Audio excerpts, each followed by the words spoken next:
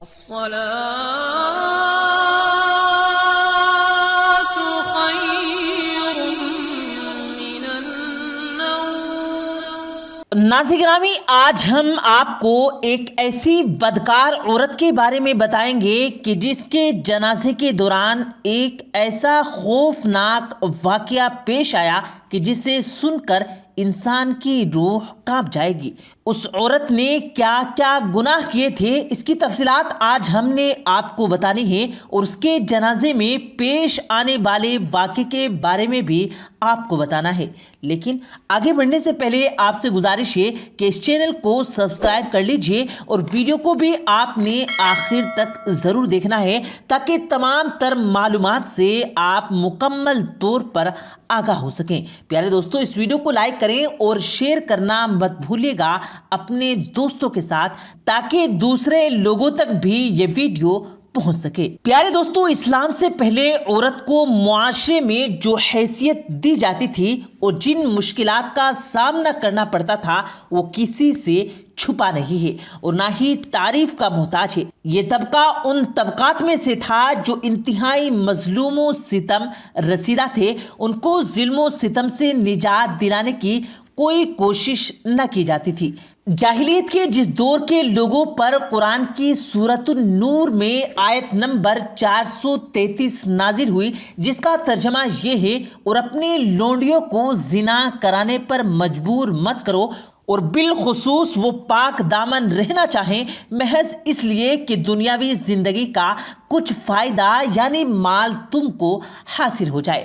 اس سے اندازہ لگایا جا سکتا ہے کہ عورت کی حیثیت ان کی نظروں میں کیا تھی اور کیسے کاموں پر ان کو مجبور کیا جاتا تھا۔ صحیح بخاری کی ایک حدیث سے معلوم ہوتا ہے کہ زمانہ جاہلیت کی عورتیں رہن یعنی کسی چیز کے بدلے متاع بھی رکھی جاتی تھی، جیسا کہ محمد بن مسلمہ رضی اللہ تعالی عنہ فرماتے ہیں کہ جب میں کعب بن اشرف کے پاس گیا اور گلا قرض دینے کی درخواست کی تو اس نے کہا کہ اپنی عورتوں کو میرے پاس رہن رکھ دو۔ اس واقعے سے بھی اندازہ لگائیں کہ عورت کتنی مظلوم تھی اور اس کی عظمت کس قدر پامال کی جاتی تھی۔ انہی ظلم آفری اور ظلم گھٹاؤ میں جب اسلام کا آفتاب طلوع ہوا تو عورتوں کو ان کے حقوق دیے گئے اور افراط و تفریط ختم ہو گئی، اور جس کا جو حق تھا وہ اس کو دے دیا گیا، اور حضور اکرم صلی اللہ علیہ وسلم نے عورتوں کو ظلم سے نکالنے کی خصوصی جد و جہد فرمائی۔ حجۃ الوداع کے موقع پر جب آپ صلی اللہ علیہ وسلم نے آخری خطاب دیا، اس وقت بھی اس طرف خاص توجہ دلائی، بلکہ اخیر وقت تک اس سلسلے میں فکر مند رہے۔ اب اس کے ساتھ ساتھ عورت کے لیے کچھ حدود و قیود بھی مقرر کیے گئے، جن میں یہ کہا گیا کہ وہ اپنی عزتوں کی حفاظت کریں اور غیر مردوں سے تعلقات استوار نہ کریں۔ زناکار عورت کو سخت سزا کی وعید سنائی گئی۔ رسول کریم صلی اللہ علیہ وآلہ وسلم کا فرمان ہے کہ میں نے کچھ عورتوں کو چھاتیوں کے بل لٹکے ہوئے دیکھا۔ اس کے بارے میں آپ صلی اللہ علیہ وآلہ وسلم نے بتایا کہ یہ وہ عورتیں ہیں جو شادی شدہ ہونے کے باوجود دوسرے مردوں سے ناجائز تعلقات رکھتی تھی۔ اس ناجائز تعلقات کو سمجھنا بہت ضروری ہے۔ بعض اوقات غیر مردوں کے ساتھ بات چیت کرنے اور دوستی کو بھی بہت نارمل تصور کیا جاتا ہے، لیکن دراصل گناہ کی جانب پہلا قدم یہی ہوتا ہے۔ ہم یہ نہیں کہتے کہ آپ کسی دوسرے جنس سے کبھی بات بھی نہ کریں، بلکہ ایسی کوئی صورت پیدا نہیں ہونی چاہیے جس کے باعث آپ راوے الہی کے مستحق پائیں۔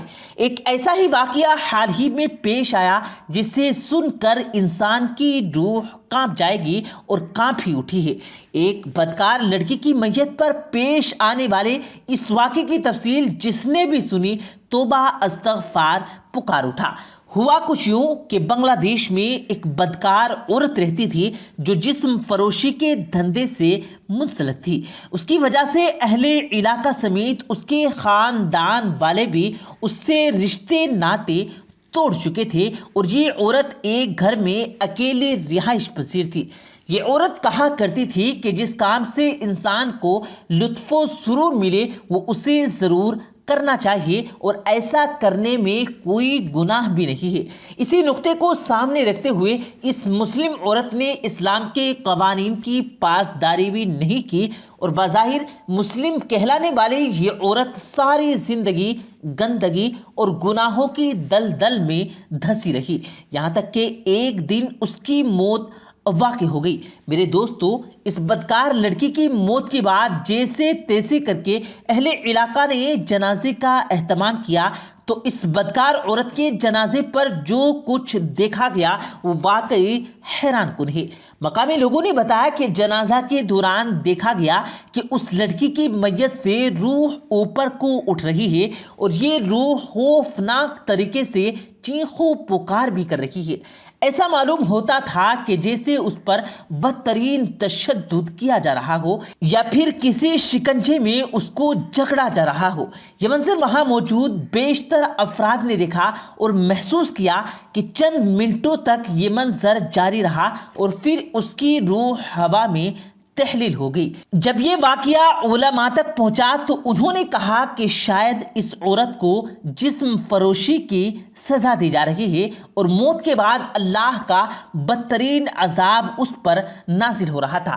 جبکہ پیارے دوستو، یہ حقیقت ہے کہ زانی مرد اور عورت کو سخت ترین عذاب کی وعید سنائی گئی ہے۔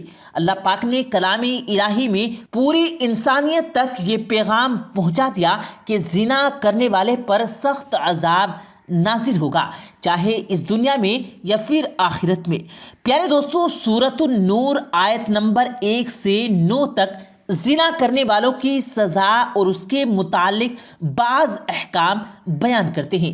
اللہ تعالیٰ ارشاد فرماتا ہے، یہ ایک سورت ہے جو ہم نے نازل کی اور جس کے احکام کو ہم نے فرض کیا ہے اور اس میں کھلی کھلی آیتیں نازل کی ہیں تاکہ تم نصیحتیں حاصل کرو۔ زنا کرنے والی عورتیں اور زنا کرنے والے مرد دونوں کو 100 کوڑے لگائے جائیں۔ آگے آنے والی آیات کا مفہوم ہے کہ جو شخص بدکاری کا عادی ہو اور توبہ نہ کرتا ہو مگر کسی وجہ سے اس پر حد جاری نہیں ہو رہی تو اس کا نکاح پاک دامن عورت کے ساتھ نہ کیا جائے۔ زنا کی حد جاری کرنے کے لیے ضروری ہے کہ وہ اس جرم عظیم کا خود اعتراف کرے یا پھر 4 گواہ اس بات کی گواہی دیں، چونکہ کسی مرد یا عورت کو زنا جیسے بڑے گناہ کا مرتکب قرار دینے پر سخت سزا دی جاتی تھی۔